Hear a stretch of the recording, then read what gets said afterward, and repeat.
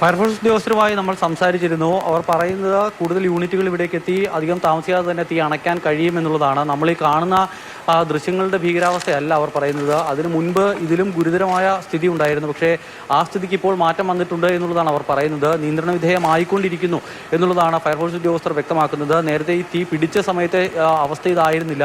വലിയ തോതിലുള്ള തീയായിരുന്നു. ഈ കെട്ടിടത്തിന് മുകളിൽ ആളിപ്പടരുന്ന വെളിച്ചം കണ്ടാണ് തൊട്ടടുത്തുള്ള വീട്ടുകാർ വലിയ തോതിലുള്ള വെളിച്ചം ഉണ്ടാകുന്നത് എവിടെ നിന്നാണ് എന്ന് ശ്രദ്ധിച്ചപ്പോഴാണ് അത് ഈ കെട്ടിടത്തിന് തീ പിടിച്ചതാണ് എന്ന് മനസ്സിലാക്കുന്നതും പിന്നീട് ഫയർഫോഴ്സ് ഉദ്യോഗസ്ഥരെ വിവരം അറിയിക്കുന്നതും. അങ്ങനെ ഇതിലും വലിയ നമ്മൾ ഈ ദൃശ്യങ്ങളിൽ കണ്ടതിലും ഇപ്പോൾ കാണുന്നതിലുമൊക്കെ വലിയ തോതിലുള്ള തീപിടുത്തമായിരുന്നു ഉണ്ടായിരുന്നത്. പക്ഷേ ഫയർഫോഴ്സ് ഉദ്യോഗസ്ഥരുടെ കൃത്യമായ ഇടപെടൽ, അതിന് ഏറ്റവും പ്രധാനപ്പെട്ട കാര്യം എന്ന് പറയുന്നത് ചാക്ക ഫയർ സ്റ്റേഷൻ എന്ന് പറയുന്നത് ഇവിടെ നിന്നും അധികം ദൂരമില്ല. 1-2 കിലോമീറ്റർ ദൂരം മാത്രമാണ് ചാക്ക ഫയർ സ്റ്റേഷൻ ഉള്ളത്.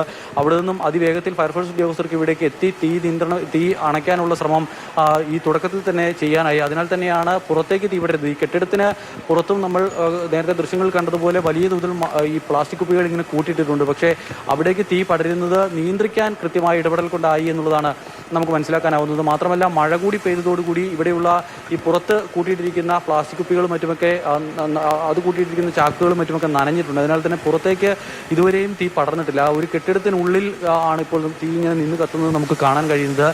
എന്താണ് തീപിടുത്തത്തിന്റെ കാരണം എന്ന കാര്യം വ്യക്തമല്ല എങ്കിൽ കൂടി ഷോർട്ട് സർക്യൂട്ട് ആകാം എന്നൊരു നിഗമനത്തിലാണ് ഇപ്പോൾ ഈ തീ അണയ്ക്കാനുള്ള ശ്രമവുമായി മുന്നോട്ട് പോകുന്നത്. അതിനാൽ തന്നെ ഈ തീ കത്തി തുടങ്ങിയപ്പോൾ ഇവിടേക്ക് വൈദ്യുതി എത്തിക്കുന്ന സംവിധാനങ്ങളടക്കം പൂർണ്ണമായും വിച്ഛേദിച്ചിരുന്നു. അതിനാൽ തന്നെ അകത്ത് വൈദ്യുതി ബന്ധമൊന്നും ഇപ്പോൾ നിലവിലില്ല.